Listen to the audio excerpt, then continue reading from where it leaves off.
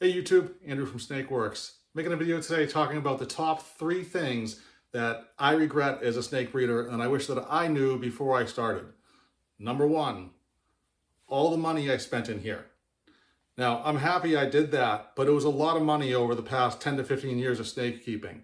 Think about what I could have bought with $50,000 of equipment and rats versus equipment and rats. If you had invested $50,000 over the course of the past 15 years in something like Amazon stock, Tesla stock, Bitcoin, any sort of cryptocurrency scheme that's going on, you would have potentially far more money than a room full of snakes. I mean, realistically, this is an expensive hobby compared to some other hobbies, like maybe not race car driving, but some people just simply jog, they knit, they go swimming. So to get into something that you're constantly spending money on, that is in most cases a depreciating asset as averse to an appreciating asset, something that goes up in value, we see the value of the racks, we see the value of most of our snakes go down in value versus rising. So it's actually a poor investment to get into snake breeding to try to make money. Now, there's more to it than making money. Obviously, you enjoy these incredible animals, you meet people, you have fun, you got a YouTube channel, you do fun things. But if you're getting into snake breeding to make money, it's probably a poor investment. Number 2, holding back way too many snakes. When I first started breeding, actually I should say when I first started collecting snakes, I was like, oh, I want to breed so then I don't have to buy all these animals. I can just make them myself.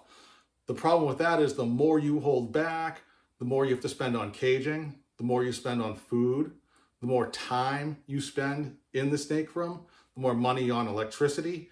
It all keeps on adding up and up and up until sometimes it just gets really big and might be too much to handle. Something else that didn't occur to me by holding back all these animals when I first started was by selling animals, you're reaching out, making sales, meeting customers.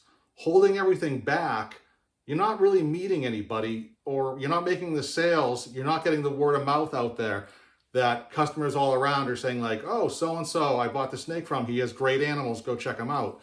You're holding all those animals, you're not getting those sales, you're not making those connections, you're not getting referrals, you're not making revenue, you're just incurring a lot of cost by holding everything. So that's definitely something I wish I was more aware of. I was more into, this is cool, look at all the snakes I have, but there's a cost to that. Well, we've gone over the first 2 regrets that I have about snake breeding. The third, my number 1, the biggest, is the amount of time it has stolen from my life. Now, I don't mean like stolen like it's all a wash. I wasn't sitting in prison for 10, 15 years doing this. But there's things that go on outside of this room that are affected, and sometimes I can't even participate in because of my responsibilities here. First of all, I wake up at 5 in the morning to go to work. I am not going to wake up at 4 in the morning to exercise before I go to work, which means I don't exercise. I don't think I've run on a treadmill in a year, which is not great because I'm 48 years old and I should be doing a lot more exercise so I can keep my pants from being so tight. Now, every morning before work, I'm in here every morning. That gets kind of old. Some days you just don't want to be in here. Some days I just want to have cereal or something and relax with coffee. I'm like, I got to go downstairs, get this done, or else I'm going to be doing it after work when I'm tired. So it's a major requirement, a major responsibility that is every single day. And when I come home from work, I'm back in here too. So I'm spending somewhere between an hour to 2 minimum in here every day. Being in here every day, it's hot and humid. It's 75 to 80 degrees, 70% humidity in here. You know, spending an hour or 2 in those conditions in the middle of the winter when you're not used to that type of heat and humidity, it's a lot. You get tired. It kind of makes me nauseous sometimes when I'm in here and it's that hot and there's a bunch of snake poo. Like, it's not great. It's not all it's made out to be. It's not all glorious. Yeah, there's cool animals, but there's a lot of not so cool stuff behind the scenes that I didn't realize I was taking on by expanding a large collection. Maybe one of the most annoying things about having a large collection of animals is when I go away. Now, I've got it down to a science where I can not feed animals for a week or so. They'll be fine. That way they poo before I go away.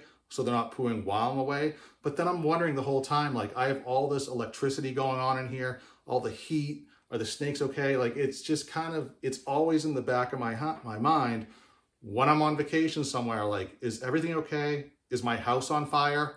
Like, that's kind of a crappy feeling. That's something you're gonna have to deal with, and it's something I deal with and wish I didn't have to deal with anytime I go away. So those are my top 3 regrets about being a snake breeder that I kind of wish I knew beforehand, or at least I feel like people should be aware of if you're deciding to get into this and have an entire room full of snakes like this. One thing, would I do it again? Absolutely. It's been an incredible voyage. I never thought I'd have such incredible animals, awesome animals. This year I'm going to be breeding blood pythons and boas.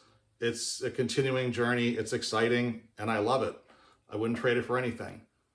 But be aware, if you want to get into something like this, it's not all roses. Thanks for watching, everybody. Take care.